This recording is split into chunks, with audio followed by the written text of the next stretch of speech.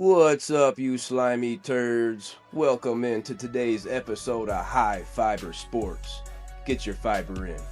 Matt Kobold, Brad McDonald, and back with us tonight, the third man of the three-man weave, our guy Doug. Boys, we've advanced to the divisional round of the NFL playoffs. The wild card games this past weekend were possibly some of the best that we've ever seen. Let's each throw out one takeaway from the playoffs so far before giving our best bets on the 4 upcoming divisional games.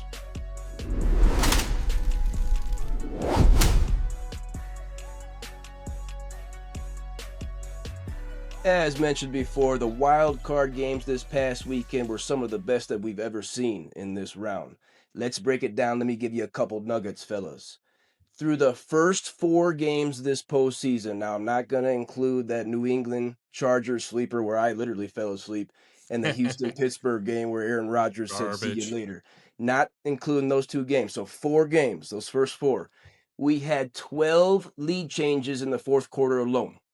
We had 4 game-winning touchdowns in the final 3 minutes, and we had 4 comeback wins in the final 3 minutes. Fellas, all 3 of those stats are the most all-time in a single NFL postseason.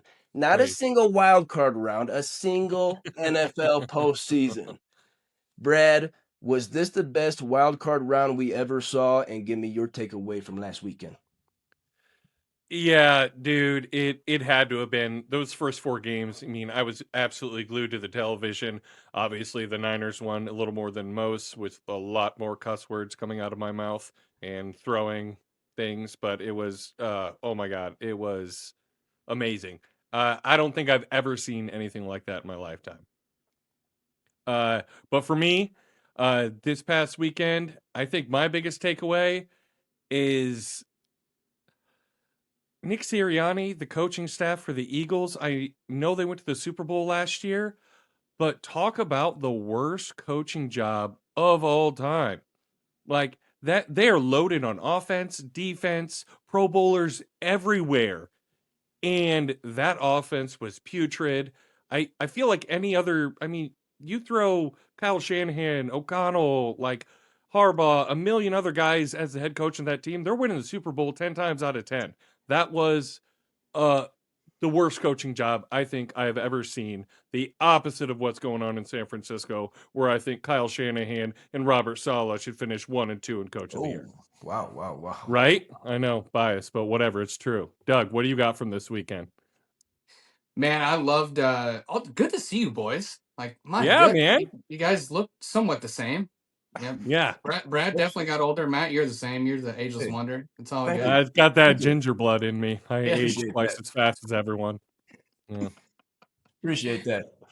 Oh man. I agree. Outside of the couple of games, what a weekend. It was just grabbing your seat, hanging on. You think a game's over, but it's not. I had a lot of fun watching these games, and I'll tell you what my biggest takeaway is.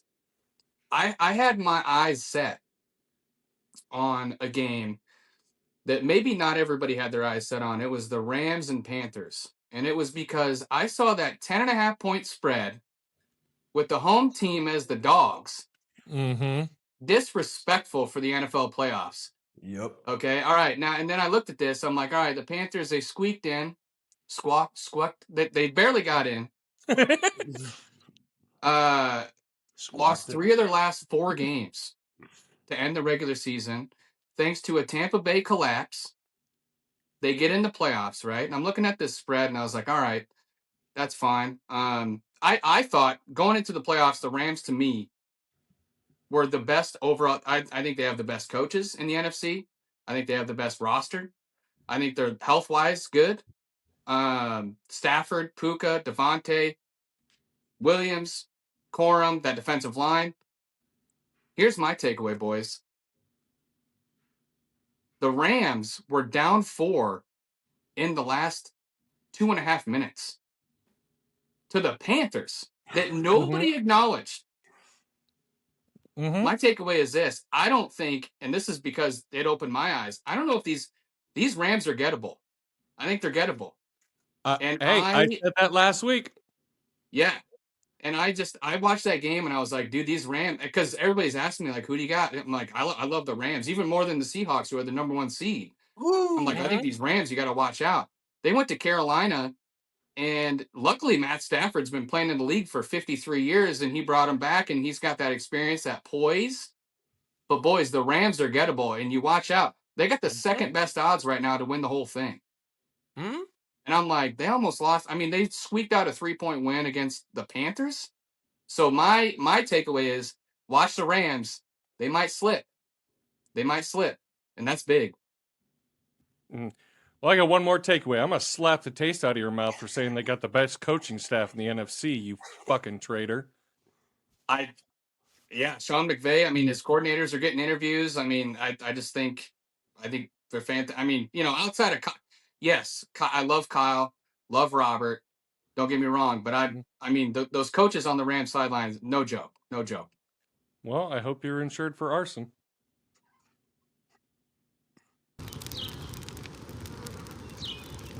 Okay, boys, let's break down these 4 divisional games from a betting perspective. The first one, Saturday, 2:30 Mountain Time. We're coming out here to the Mile High City.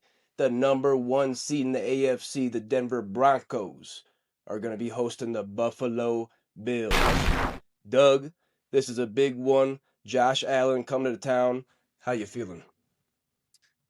Well, here's the thing about this game. I watched the Bills take on Jacksonville, and they, a few things I noticed. Number one, Josh Allen got the crap beat out of him. I mean, he got beat up. Oh, yeah. He got beat up. Their secondary got beat up. I think they lost their safety. I don't know if he's back this week. I know he was carted off and he left the game in the second half, I think. And they were helped by 2 interceptions by Trevor Lawrence. And they got out with a 3-point win. It was a close game. I know before the season, I picked Josh Allen to win MVP. I picked the Bills to go all the way. This house of cards, boys, this house of cards is kind of wobbly, all right? So here's what I'm looking at for this game. Number one, the Broncos are bringing a much better defense. They're bringing a better offense, in my opinion. They're bringing a better quarterback, and they're bringing a better head coach. Do not. Not right now. Not right now. Give me Bo over Trevor 7 days a week. But here's the deal. Than the Jags. Okay. I was confused myself, but yeah. Yeah, I thought you meant better than the Bills. Oh, no. Yeah, I got you. Against the Bills. High. No. Don't do me like that. I got you. But okay. But here's the deal. They got their first road win in the playoffs under Sean McDermott last week. They were 0-5 before. Now they're 1-5. And they go into Mile High, baby. Woo! So you know where I'm going. I'm going to leave the points on the table. That 1.5 can stay because I can get Denver money line at -116 right now. And I'm taking Broncos money line in that game. All right. Brad, we see Doug's going Broncos money line at home. Are you going to agree or disagree? Well, this is, I think, a really tough one. Basically, because the Broncos defense outside of the Texans are absolutely dominant. They're like top 7 in almost every major statistical category, including the second best run defense in the NFL. But the Bills have the best rush offense in the NFL this year, but they only put up 79 yards against the best rush defense last week in Jacksonville. So I'd imagine they maybe get a little bit more, but they are beat up, fellas. Just this week alone, they put Gabe Davis and Tyrell Shavers, who I didn't even know who the hell he was until last week, and Joshua Palmer all on IR. See ya. And then Poyer's out, like Doug was saying. And so they are hurt. The little bit of good news, they're going to get back possibly Ed Oliver and Curtis Samuel. So maybe they'll have some help at wide receiver, but it's looking thin right there. But I don't know. The Broncos offense is in the middle of the pack. Bills defense is great minus their run defense. I believe the Broncos have like the 17th best rush offense in the NFL. So I think they might be able to hold them down. I think it's really a battle of defenses here. and it's going to be kind of low scoring, I would think. So for me, it comes down to the quarterback. And I'm sorry. Uh-oh. Give me Superman all day Uh-oh. long. These playoffs don't make any Ooh. sense, okay? I think this is, you throw the statistics out the window and the player's gone. I think Superman comes into Denver, and I'm Damn. actually going to do an alternate spread on this one. I've Uh-oh. got alternate spread Bills minus 2.5 for plus 104 because everything else is kind of, I want to make a little money on this. And I think they win by at least a field goal, so might as well add a few points to it. Bills minus 2.5. I don't trust Bo Nix yet. If he does this week, I'll start trusting him. But I haven't seen enough yet. Fourth quarter comebacks against the Raiders and shit like that. Oh, great. Like they barely beat shitty teams all year long. Bills, they get the win. Again, alternate spread minus 2.5 for the Bills. Looks Matt. like I'm gonna have to split the difference here, fellas. Josh Allen, last week against the Jags, he became the first player in NFL postseason history to complete 80% of his passes and have multiple rushing scores. He is Superman, reigning MVP. He's gonna have to be it again. But like both of you boys said, how healthy is he? He nailed his fingers on his offensive line's helmet, smacked his head against the ground how many times, banged up his knee. I'm not sure how much he has. James Cook, he's great. He proved me wrong. He was my bust, if you boys remember. He proved me wrong. Outside of James Cook, who does Josh Allen have? Dawson Knox, Dalton Kincaid, Khalil Shakir, Keon Coleman. Those guys aren't dogs. Get out of here. Home field advantage, Mile High City. Broncos at NFL best 8-1 at home. The defense is incredible, as you said, Brad. Number 2 in yards allowed per game. Number 3 in points allowed per game. Pat Surtain's ready to go, the 2024 Defensive Player of the Year. Broncos money line, Doug. I'm with you, minus 116. But if I give you a secondary bet, definitely under that 46.5 total points. But officially, I'm rolling with the Broncos. Shocker, Matt went with one of his 17 favorite teams that he Let's has. go. Mm-hmm. Mile high, baby. You ain't going to come in here and get an easy one. Mm-hmm. Yeah. Go Denver because Tennessee sucks. Got it. Mm-hmm. Go Titans.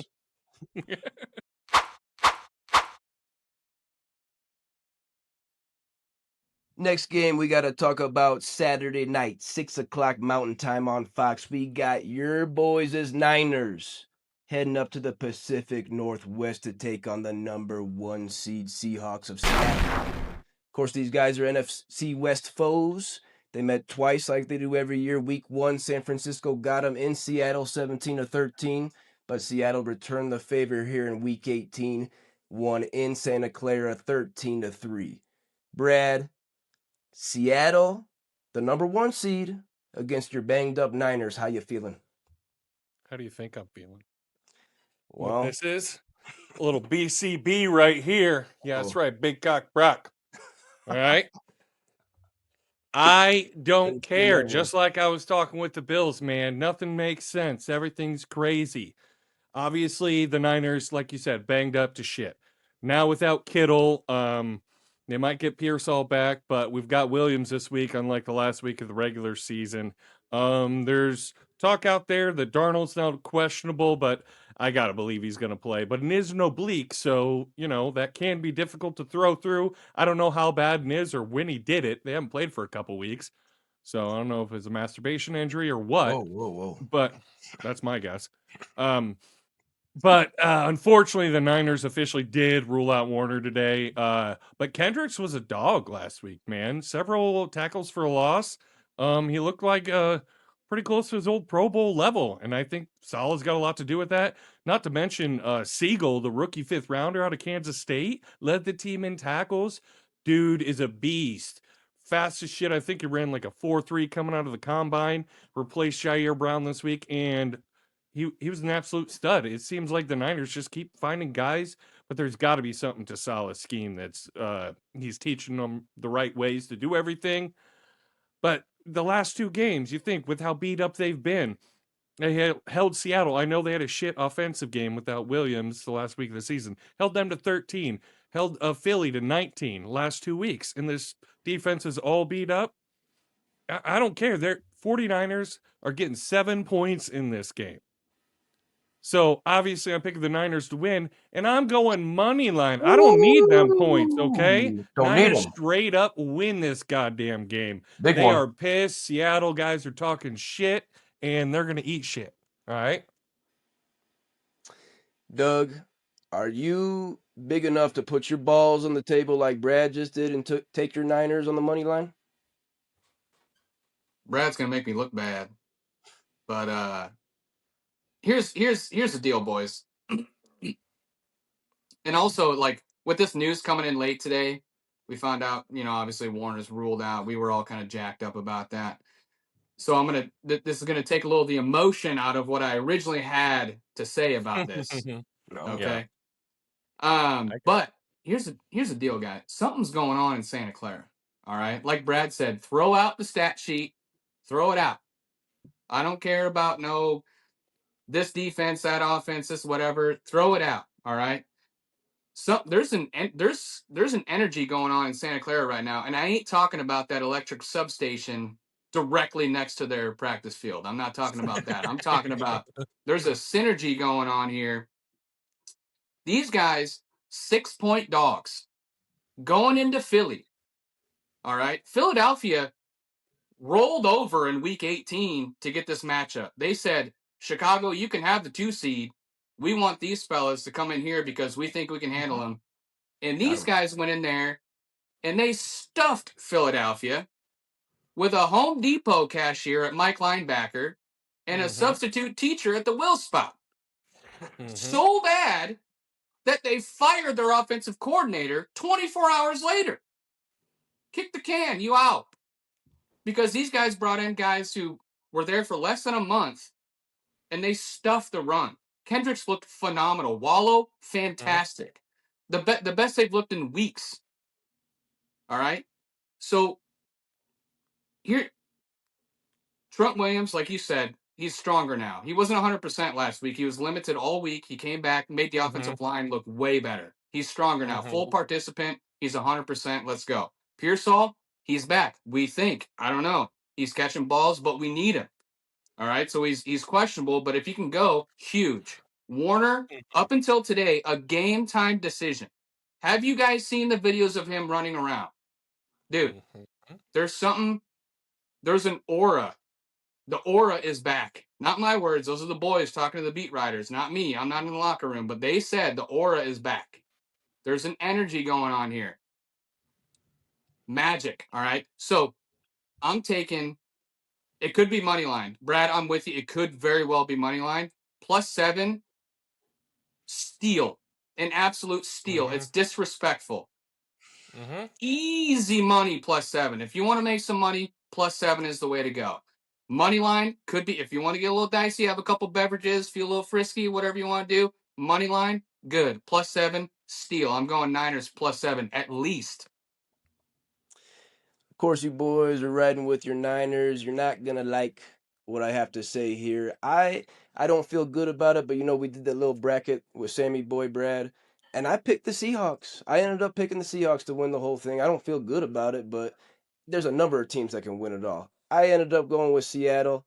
JSN, Jackson Smith and Jigba. He's quickly entering that top tier of wide receivers. The defense, pretty good, boys. Led the NFL in points allowed per game, 17.2.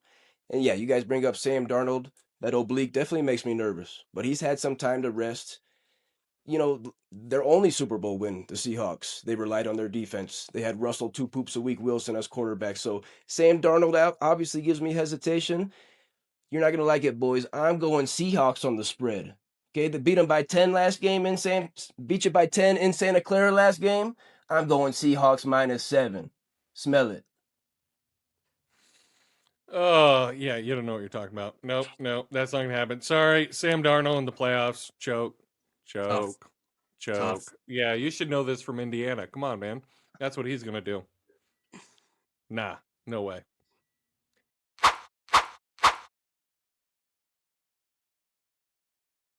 Moving into Sunday, 1 o'clock Mountain Time on CBS, we got the Houston Texans heading out to Foxborough to play the Pats of New England. Doug, I think this is going to be a good one. How you feeling here from your betting angle? This game is tough. This is a great game. I mean, outside the Niners Seahawks, one of the games that I'm looking forward to the most. Um, I watched these I don't know if you guys watched it because I mean it was 30-6 or whatever it was, but these Texans put a boot in Aaron Rodgers' ass. Mm-hmm. And this is Aaron Rodgers who willed them to the playoffs. I mean, he played pretty well those last few weeks. Granted, they got in based on a missed kick. Attaboy. I love that. Been a This while. this defense is nasty, boys. It's nasty. It's Yeah. scary. I don't like it. When I think about the possibility of, maybe my team or whatever team's going up, this defense is gross. The problem is CJ Stroud. I don't know if he's got the yips. I don't know if he's seeing ghosts. This man throwing a pick, fumbling 5 times. He lost 2 of them. I don't know what's going on, but I don't trust this guy. He's got to chill out. But here's the bottom line.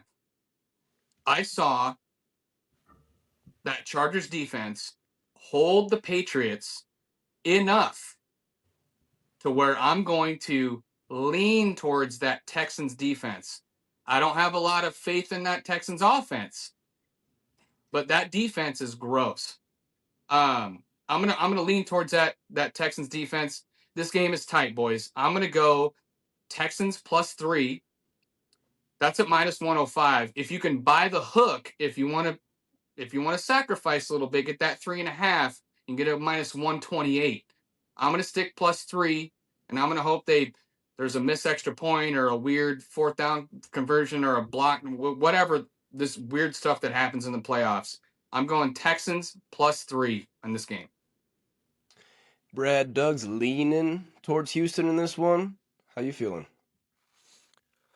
Well, I'm kind of got similar opinions to Doug on this one. Like the Patriots continued their streak of playing the weakest competition again, playing what's left of the Chargers. I mean, that team has been decimated for a while, and both tackles out. I mean, I didn't expect anything. It's why they tried to rest everyone at the end of the season. Herbert still had a broken hand. Like, I expected them to win this game, especially at home. And they, that Chargers defense did, made Drake May look pedestrian, not like the MVP type of Drake May that we saw all season. And Stroud started off the year real shitty, and I thought he actually performed pretty well until last week post concussion. Hasn't lost a game since. They're on a 10-game winning streak, and this Texans defense is the best defense I have seen since the Baltimore Ravens won a Super Bowl with freaking Trent Dilfer at quarterback. That's how good they were. So I'm digging on this Texans defense. I do believe in hot teams going into the playoffs. I think the Texans offense has improved, like I said, other than like last week kind of being a bit shaky, but I think they've proved enough. Iowa State, man, Jaden Higgins, he has really turned out to be a real legit number 2 receiver, possibly a number 1 someday. Big body dude. Put him with Nico Collins. That's a great 1-2 punch. Woody Marks has kind of come along as the years gone on. I saw the line at 3.5, Texans +3.5, and give me the Texans all day on the money line. I think they absolutely win this game. I think the Patriots got the benefit of the weakest schedule in probably NFL history. They beat one team with the winning record in the regular season. Last week was only their second win against a team with the winning record all year. They don't have enough weapons. I think they overperformed this year. I think they're a year or 2 ahead of schedule, but watch out the next few years because they are young, talented, and Vrabel's the man. But this Texans defense is different. Give me Texans on the money line in this one. Matt, what do you got? This is going to be a sneaky good game in Foxborough, fellas. I think Mike Vrabel, you want to talk about your boys out there in Santa Clara. I think Mike Vrabel's the coach of the year this year. Drake May, probably the runner-up MVP. Runner-up MVP probably for Drake May.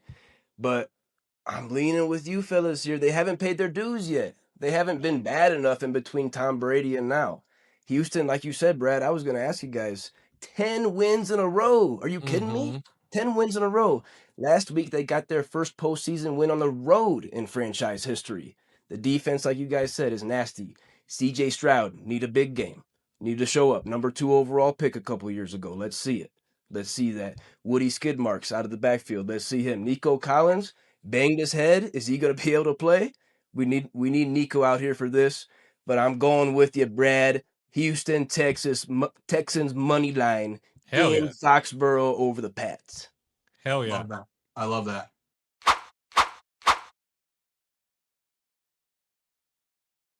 Last game of the NFL Divisional Round, Sunday, 4:30 Mountain Time on NBC.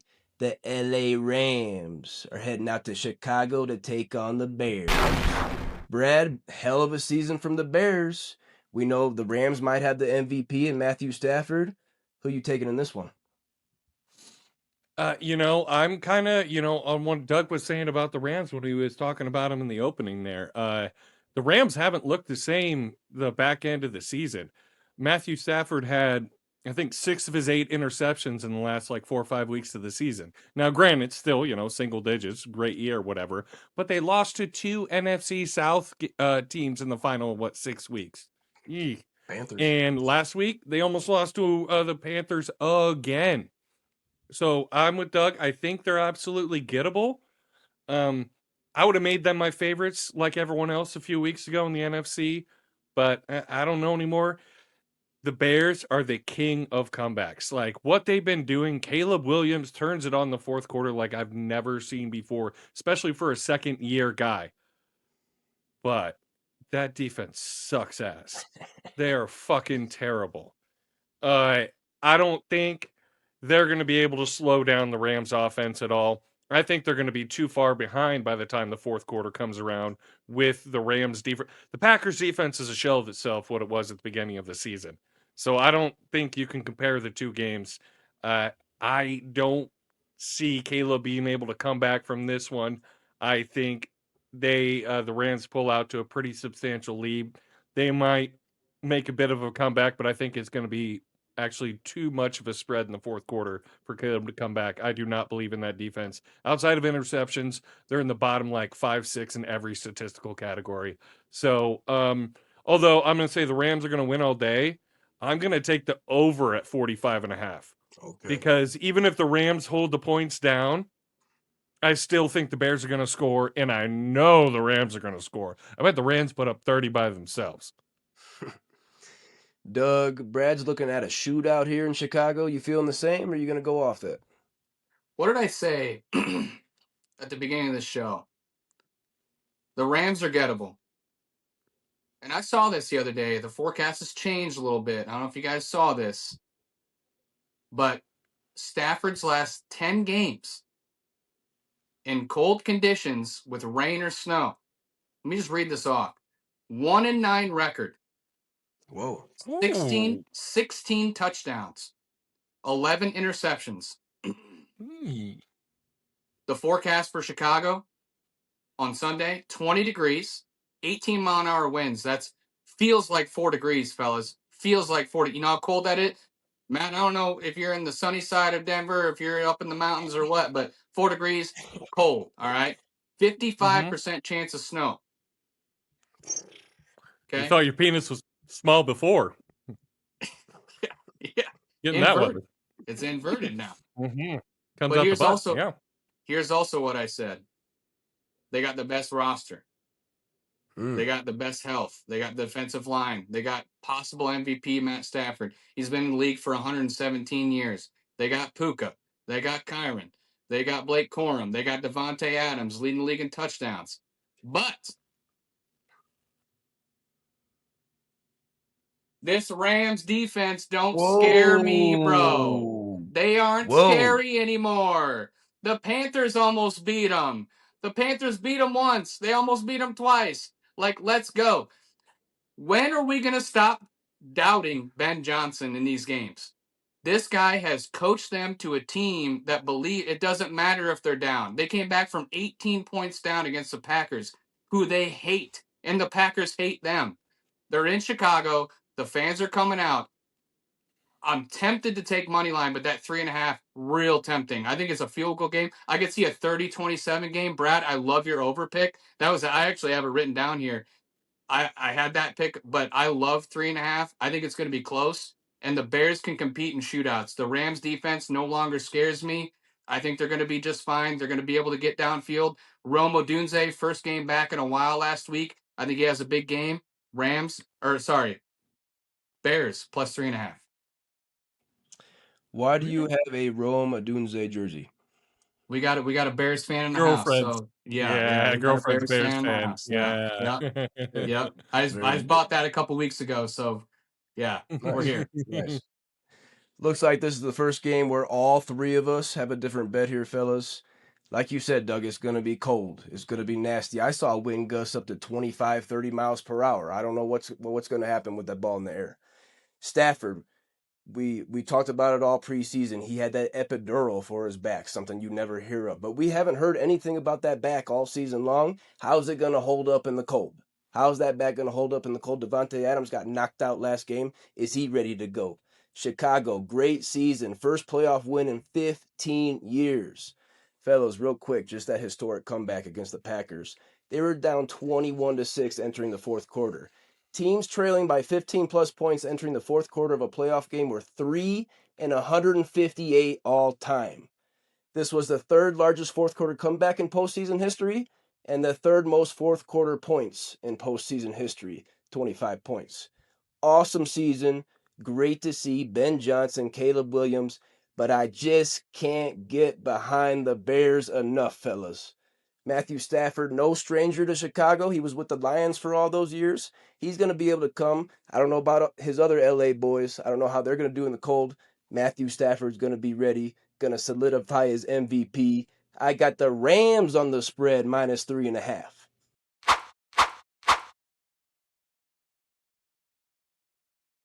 All right, y'all, that's going to do us this week for High Fiber Sports. We hope everybody out there's getting their fiber in. Please like, comment, and subscribe on YouTube. Let us know what you think about these divisional games. What are your best bets? What game are you most excited for? I think I'm most excited for the Denver Broncos here, hosting the Bills. That's a pick'em game. That's a toss-up game. I think we're all leaning Broncos there. I'm going to be tailgating for sure, going to get rowdy. I hope I run into some Bills Mafia. I saw some videos of people shipping tables here at the airport. So I want to see someone jump off a fucking bus and break a table. That's what I want to see. Doug, what game this weekend are you most excited for? Yeah, well, I'll go ahead and ex-nay the obvious game that I'm excited for, which is Niners Seahawks, which I think will be a lot closer than the spread alludes to. But the next game, as I said beginning of the show, the Rams are gettable. I want to see how they fare against an offense that can put up points, against a coach that is fired up. This dude took his shirt off in the locker room in the middle of the season when they came back and won. They've come back and won so many times. I want to see the Rams, who I picked as my NFC favorite at the beginning of the playoffs. I want to see how they fare against this Bears team that's a little feisty. I know their defense is bad, but their offenses, they can put up points. They can run. They got Swift in the backfield. They got Monungai in the backfield. They got receivers who can catch. Caleb Williams who can throw. Let's see what happens against these Rams. So those two games, Niners, Seahawks, naturally, Bears, Rams. All four of these games are juicy, have me salivating. Brad, what has you drooling the most? Uh, you know, I love good defenses and everything, but yeah, I'm gonna go with Doug here on this one. I like the one where I picked the over. Yeah, I think the Rams are gonna win, but I think it's going to be an absolute shootout. I'm excited to see that because hell, if I'm wrong, I don't really care. I would love to see it come down to the wire with Caleb Williams again having a shot. And I think that's a possibility. Like Doug said, I didn't realize how shitty Stafford was in the cold weather. And, with a bad back, old age, come on, that could be a real issue here. So I want to see that game. I want to see a ton of points. I think it's going to be exciting. And I think that's the most likely to be some type of shootout that comes down to the wire. The other ones could be defensive battles. This one is going to be high flying, so I'm stoked for that. I'm sure everyone that's watching, they're so tired of me and just glazing the Niners all the time. So to steal from one of my favorite, or my mom's favorite phrases that you're all thinking right now, shut the fuck up, Brad.